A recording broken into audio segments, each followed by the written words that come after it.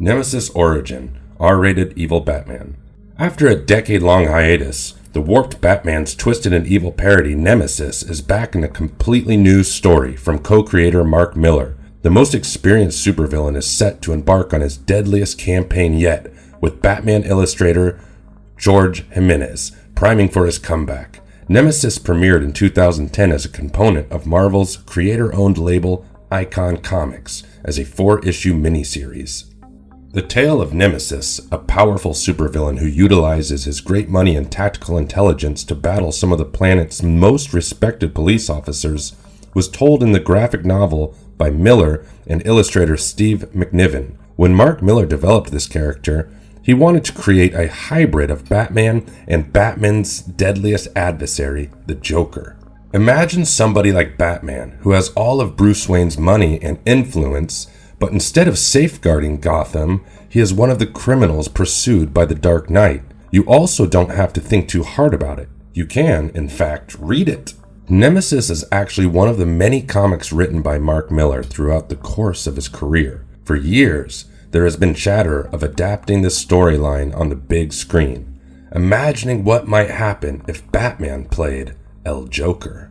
In the series featuring Nemesis, an American cop rises to the villainous Batman-like character's call and participates in a fatal game of cat and mouse with the incredibly careful criminal. The series was poorly received for its excessive use of violence and continuous storyline.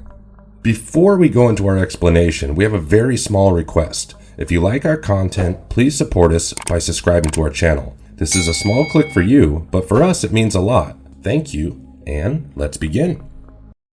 Nemesis' tragic backstory.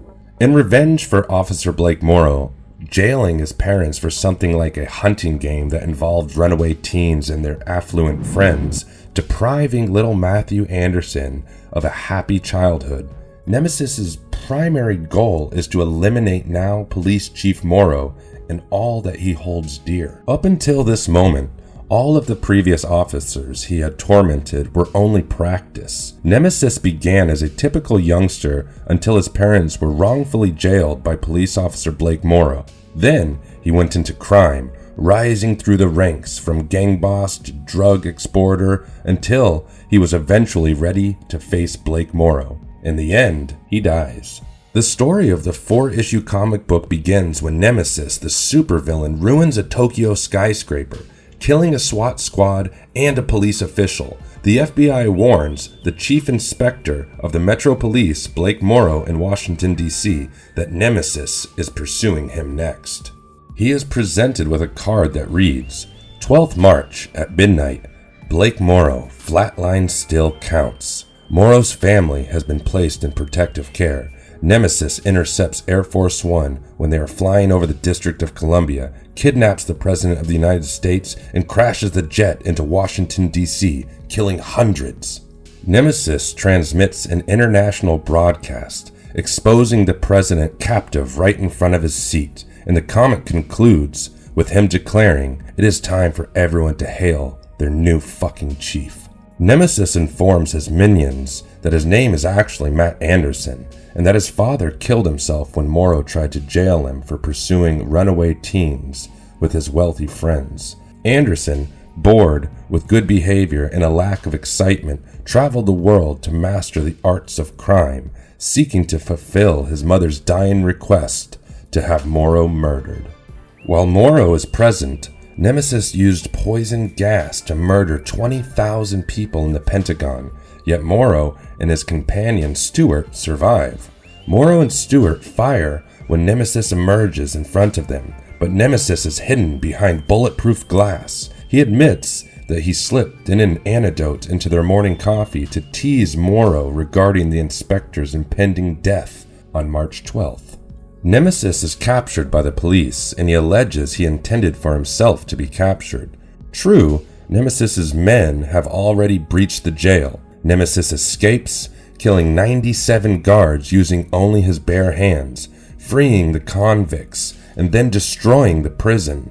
Morrow's children are kidnapped, prompting Morrow to divulge secrets. Apparently, his wife had an affair, his son is a homosexual, and his only daughter had an abortion in secret. Morrow is a devout Catholic. Thus, all of these things were hidden by him from everyone else. Nemesis frees the children, but not before intentionally inseminating Morrow's girl with his son's sperm and rigging her womb to rupture if an abortion was performed. Morrow, outraged, finally thinks he has uncovered Nemesis's lair and comes with a police squad, only to realize that it is a trap. Morrow is knocked unconscious when the structure explodes. Nemesis explains to Morrow when he awakens that Stewart has actually been working for him. Stewart admits that Nemesis offered him $10 million for his services and informs Morrow that Nemesis's minions retire after each job. Well, that is one way of saying it, Nemesis jokes after shooting and killing Stewart. Nemesis admits that his elaborate Matthew Anderson tale was fabricated. He is merely wealthy and bored, spreading murder and destruction for his own delight. The actual Matthew Anderson, it turns out, perished in an Indian sex club after washing his money. Nemesis reveals that they are in the Oval Office of the White House, where Morrow's spouse, Peggy, and the President of the United States have explosives strapped onto their chests. After killing the workers and the Secret Service officials, Nemesis hands Morrow a detonation device and tells him that he has 30 seconds to murder the president's family or the president himself. With 4 seconds remaining, the president approaches Nemesis and orders Morrow to detonate the explosive, which then he goes on to do. Nemesis escapes the explosion in a last showdown. Morrow and him shoot each other. Morrow executes Nemesis with just a headshot, although he himself is injured by a gunshot to the abdomen and is brought to the hospital. During the surgery, he passes out, but manages to live. Morrow's child digs through his wallet, looking at family photographs and discovering the Nemesis card as the clock strikes midnight. The scene concludes with a lifeless Nemesis, with a piece of his head gone and a wide smile on his face. As the story finishes, Blake is on a beach with his entire family, which includes his newborn triplet granddaughters. There, he is presented with a letter apparently given to the server 10 years ago, praising Morrow and claiming to be from the president of a firm that arranges for affluent individuals to become supervillains. The comic concludes with the company's owner lounging on the sand, enjoying the sunset. Despite the fact that Nemesis is no longer alive, a new supervillain is likely to emerge. What makes Nemesis so deadly?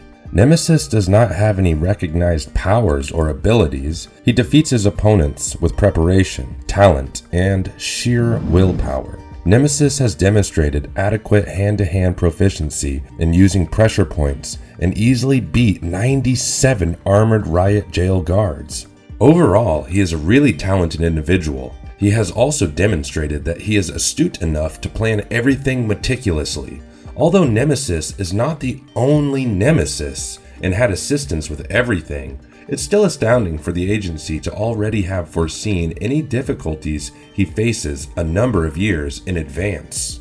He is also exceptionally intelligent. Nemesis exhibits many instances of superhuman endurance throughout the comic. He was absolutely fine and showed no indications of exhaustion after a high-speed chase, rapidly swimming for a few hundred feet, being beaten by cops, and taking on 97 guards in H2H. He is also quite resilient. Nemesis employed a variety of weapons throughout the series, including a pistol, a torch with the capacity to transform into a tiny lightsaber-type device capable of cutting through steel, an assault rifle, C4, and a rebreather that enabled him to survive underwater. His other armaments include his suit, which had a mask that was supposed to kill him instantaneously and blast his face off if it ever slipped off. This was devised to hide policemen from seeing his facial features if he ever realized that they would not kill him. His car, which was bulletproof to any automatic fire, was able to split into two and transform into a motorbike when he wrecked it, and a rocket launcher that he used to fire a chopper out of the sky was most likely a component of his motorcycle. The comeback of the most edgy Batman parody arrives at an ideal moment. A Nemesis film created by Emerald Fennell, who is the director of the movie Promising Young Women, has been in the works for quite some time, so an adaptation of the original series might be on the way soon. Nemesis Reloaded might be a means to keep the character in the public's attention. Perhaps Millar simply felt that it was time to revive one of the most outrageous Batman parodies ever done. Without a question, Batman is probably one of the most well-known comic book characters that has ever existed. As a result, he's received a slew of parodies throughout the years that make light of most of his famous qualities, such as Batman's gadgets or his extreme degree of readiness. While he may be buried in edginess, Nemesis exaggerates Batman's edginess to the point of absurdity, resulting in a few fascinating criticisms of the cherished Dark Knight. It's even more intriguing that Nemesis Reloaded should actually be running concurrently with Jimenez's work on Batman, emphasizing the parody. Nemesis by Mark Millar may not be the purest comic, but it intends to milk the evil Batman concept for all that it's worth.